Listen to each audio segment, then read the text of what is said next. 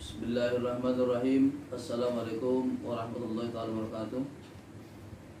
A'udzu billahi minasyaitonir rajim. Bismillahirrahmanirrahim. Alhamdulillahirabbil alamin wassalatu wassalamu ala asyrafil anbiya'i wal mursalin wa ala alihi washabbihi ajma'in. Wa rabbi shrah li sadri wa yassir li amri wa hlul 'uqdatam min lisani yafqahu qawli.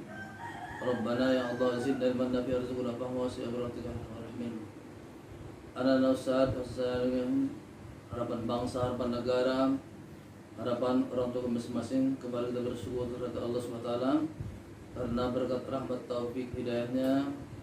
Mudah-mudahan kita dapat bertemu melalui daring pada hari ini. Sembari kita mengucapkan salawat dan salam kepada Nabi sallallahu alaihi wasallam, dan sama-sama kita mengharapkan syafaat dari Nabi Muhammad sallallahu alaihi wasallam kelak di Jamil akhir amin rabbal alamin. Anak-anak sekalian, Ustaz tetap mengingatkan kita semua agar senantiasa menjaga protokol kesehatan, yakni memakai masker, kemudian mencuci tangan, menjaga jarak, dan jauhi kerumunan. Dan yang tak kalah pentingnya adalah pada sama-sama kita membacakan doa yang sudah kita budayakan di bulan Azhar ini. Bismillahirrahmanirrahim. Allahumma inna na'udzubika minal baras wal junun wal juzam wasyalaskum berahmatika ya rahman rahim. Semoga berkat doa yang kita bacakan tadi, kiranya kita semua, guru-guru kita, orang tua kita, dilindungi Allah dari segala macam penyakit menular. Amin ya rabbal alamin. Anak-anak sekalian, sebelum kita memulai pembelajaran berikut ini, mari sama-sama kita bacakan basmalah. Bismillahirrahmanirrahim. Pelajaran kita hari ini membicarakan tentang akidah akhlak yang bertemakan pra-kerasulan Nabi Muhammad SAW. Sebagaimana kita ketahui bahwa Nabi Muhammad SAW lahir pada tahun 570 Masehi di kota Makkah, kota yang tandus, padang pasir yang begitu dahsyat. Tapi disitulah rupanya takdir Rasulullah untuk dilahirkan.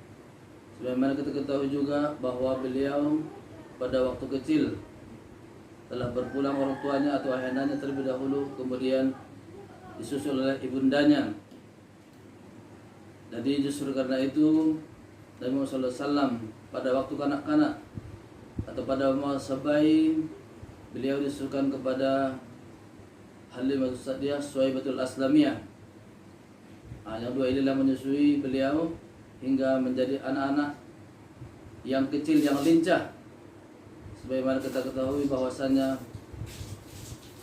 Nabi Muhammad kecil itu pada waktu anak-anak sering berteman dengan orang-orang yang ada di lingkungannya dan juga mulai bergerak untuk mencari upahan, mengembala kambing dan sebagainya. Untuk itu mari sama-sama kita lihat bagaimana Rasulullah SAW pra kenabiannya sebelum diangkat menjadi Rasul. Mari sama-sama kita tonton video pembelajaran berikut ini. Kelahiran Nabi Muhammad SAW. Nabi Muhammad SAW dilahirkan dari keluarga terbaik dari kalangan keluarga Arab, yaitu Bani Hashim. Beliau lahir pada hari Senin, tanggal 12 Rabiul Awal, tahun Gajah. Ayahnya bernama Abdullah bin Abdul Muthalib dan ibunya bernama Aminah binti Wahab. Bani Hashim merupakan keturunan Quraisy yang memiliki kedudukan paling tinggi di kalangan bangsa Arab. Oleh karena nasab yang mulia ini, kaum musyrikin Quraisy tidak menemukan cara untuk memfitnah dan menghina Rasulullah SAW. Akhirnya mereka terpaksa mereka-reka isu lain untuk memfitnah beliau SAW, seperti ahli sihir, orang gila, dan sebagainya. Masa kanak-kanak Nabi Muhammad SAW. Ayah beliau meninggal ketika ibundanya sedang mengandungnya 2 bulan, dan ketika beliau berusia 6 tahun, ibu yang sangat ia cintai pun menyusul kepergian ayahnya.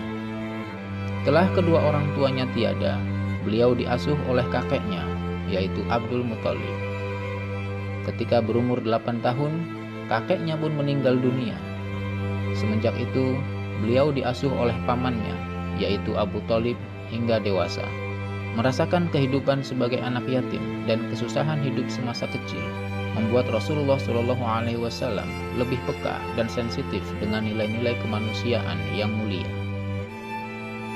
Sifat adil dan bijaksananya tumbuh dari pengalaman langsung. Beliau sangat menyayangi anak yatim, orang-orang miskin, dan mereka yang hidup dalam penderitaan. Nabi Shallallahu Alaihi Wasallam menghabiskan 4 tahun pertama kanak-kanaknya di perkampungan Bani Sa'ad, tempat yang sangat tepat untuk menempa diri. Beliau tumbuh dengan fisik yang kuat, lisan yang fasih, jiwa yang bersih, dan pemberani. Beliau mampu menunggang kuda di usia yang masih kecil. Suatu ketika, beliau duduk di atas tilam tempat biasa kakeknya Abdul Muthalib duduk. Kala itu, tidak ada anak-anak lain yang berani duduk di atasnya, karena Abdul Muthalib adalah pemimpin yang sangat disegani. Ketika orang-orang hendak menarik beliau, Abdul Muthalib berkata, "Biarkan cucuku ini, demi Allah, dia memiliki keistimewaan." Masa remaja Nabi Muhammad Shallallahu Alaihi Wasallam. Pada awal masa remajanya, Muhammad Shallallahu Alaihi Wasallam menggembala kambing untuk penduduk Makkah dengan upah 2 qirat. Nabi Shallallahu Alaihi Wasallam bersabda, "Semua nabi yang diutus pernah menggembala kambing." Maka para sahabat radhiyallahu anhum berkata, "Engkau juga ya Rasulullah?" Lantas beliau menjawab, "Aku juga begitu. Aku pernah menggembala kambing untuk penduduk Makkah dengan upah beberapa qirat."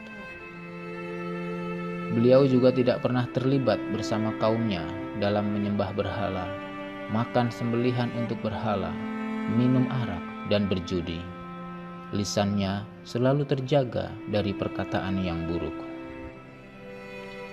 Kecerdikan Nabi Muhammad Shallallahu Alaihi Wasallam.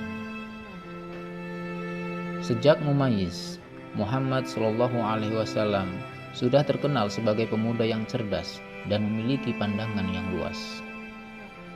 Buktinya ialah dalam peristiwa peletakan Hajarul Aswad ke tempatnya di Ka'bah. Suatu ketika, dinding Ka'bah retak akibat banjir, maka diputuskan agar dibongkar dan dibangun kembali. Ketika sampai ke tahap peletakan Hajarul Aswad ke tempatnya semula, setiap kabilah berebut untuk mendapatkan kehormatan ini. Mereka bertikai hingga saling mengancam untuk berperang. Akhirnya mereka sepakat untuk menjadikan orang yang pertama kali masuk ke Baitullah dari pintu Bani Syaibah sebagai hakim atau penengah. Dan ternyata orang yang pertama memasukinya adalah Muhammad Shallallahu Alaihi Wasallam. Kemudian mereka berkata, "Ini adalah Al-Amin yang terpercaya. Kami rela dengan hukumnya." Sebagai penyelesaian, beliau Shallallahu Alaihi Wasallam memutuskan agar dibentangkan kainnya, kemudian diletakkan Hajar Aswad di atasnya. Beliau menyuruh setiap wakil kabilah untuk memegang ujung kain tersebut dan mengangkatnya bersama-sama ke tempat peletakan.